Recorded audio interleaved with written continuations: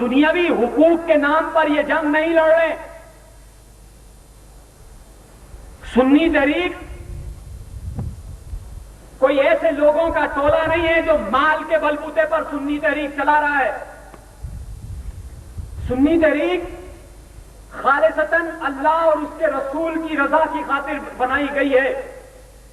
یہی وجہ ہے کہ 7 سال ہو گئے ہیں اس کے قافلے میں اضافہ ہوا ہے, اس کے کام میں اضافہ ہوا ہے. ہم نے دیکھا اس کے سامنے جو بھی آیا اس کی مخالفت کی. ہم نے دہشت گردی سے کام نہ لیا, صبر سے کام لیا, حکمت عملی سے کام لیا, اور جہاں جیسی ضرورت تھی ہم نے ویسا ہی کام کیا. تو آج پورے ملک میں اس کا بول بالا ہے.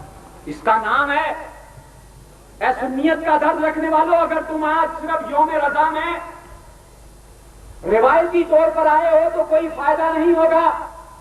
ہم نے جو اس کی بنیاد رکھی تھی اس کی وجہ یہ تھی کہ تمہارے حقوق پر ڈاکہ ڈل رہا تھا. آج لوگ ہماری مخالفت کرتے ہیں.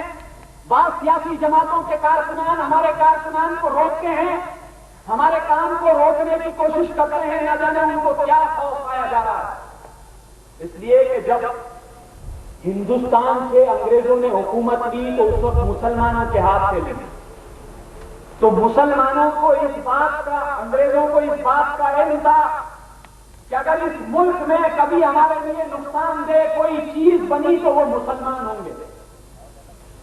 سنو, سمجھانا چاہتا ہوں کچھ بات. اے سنیت کا درد رکھنے والوں, جب انگریزوں نے ہندوستان پر قبضہ کیا تو مسلمان حکمراں تھے اور عقیدے کے اعتبار سے اہل سنت و جماعت کے تھے. ان کی کتب موجود ہے. فتاوی عالمگیری اس کا منہ بولتا ثبوت ہے. جو مغلیہ سلطنت میں اس وقت کا بادشاہ وقت اپنے وقت کے 500 علماء کرام کو بٹھا کر فتاوی عالمگیری کو تحریر کرتا ہے. پھر بہادر شاہ ظفر جو آخری بادشاہ تھا اس کی ایصال ثواب پر آخری کتب کا مطالعہ کر سکتے ہیں جس سے اہل سنت کا عقیدہ ظاہر ہوتا ہے. اے سنیت کا درد رکھنے والے, میں اور آپ جس عقیدے سے تعلق رکھتے ہیں یہ اس عقیدے کے حکمراں, انہوں نے یہاں پر اسلامی سلطنت قائم کی ہوئی تھی, اور ترکوں کی بھی سلطنت عثمانیہ بھی سنیوں کی حکمرانی. انگریزوں کو خوف تھا تو مسلمان سنی مسلمانوں سے تھا. تو انہوں نے مسلمانوں کو تقسیم کیسے کیا جائے, تو کہیں سے دیوبندی نکالا, کہیں سے وہابی اہل حدیث نکالے, کہیں سے نیچری نکالے, کہیں سے جماعتیے نکالے, کہیں سے جناب والا قادیانیوں کو نکالا.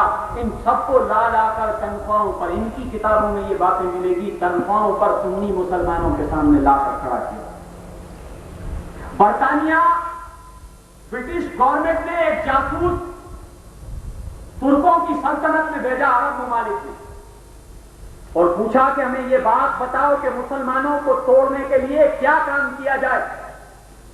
اس نے کچھ باتیں لکھی ہے جو آپ کو بازار میں وہ کتاب مل جائے گی اردو ترجمہ کے ساتھ, جو کہ کچھ یہاں بھی ملتی ہے, ہم فرے کے اعترافات.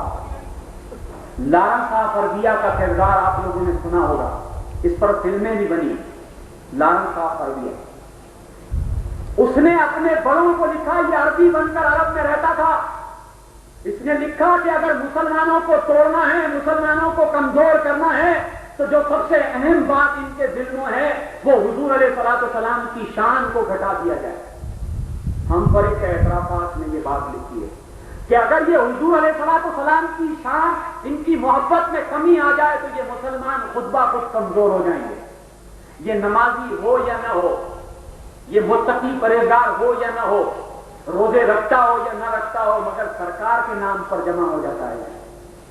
پاکستان میں بھی جب توہین رسالت کا مسئلہ ہو جاتا ہے تو سب آ جاتے ہیں, بھلے وہ VCR دیکھتا ہو, فلمیں دیکھتا ہو, چرس پیتا ہو, ہیروئن پیتا ہو, اس کو بتایا جائے حضور علیہ الصلوۃ والسلام کی شان میں توہین یا یہ قانون ختم ہو رہا ہے تو سب آ جاتے ہیں. یہ الگ بات ہے کہ امریکہ مطالبہ کر رہا ہے کہ پاکستان میں ختم کر دیا جائے یہ مسئلہ, یہ قانون ختم کر دیا. ہم فرے نے یہ اپنے بڑوں کو لکھا کہ سرکار حضور علیہ الصلوۃ والسلام کی توہین کا ذہن بنا دیا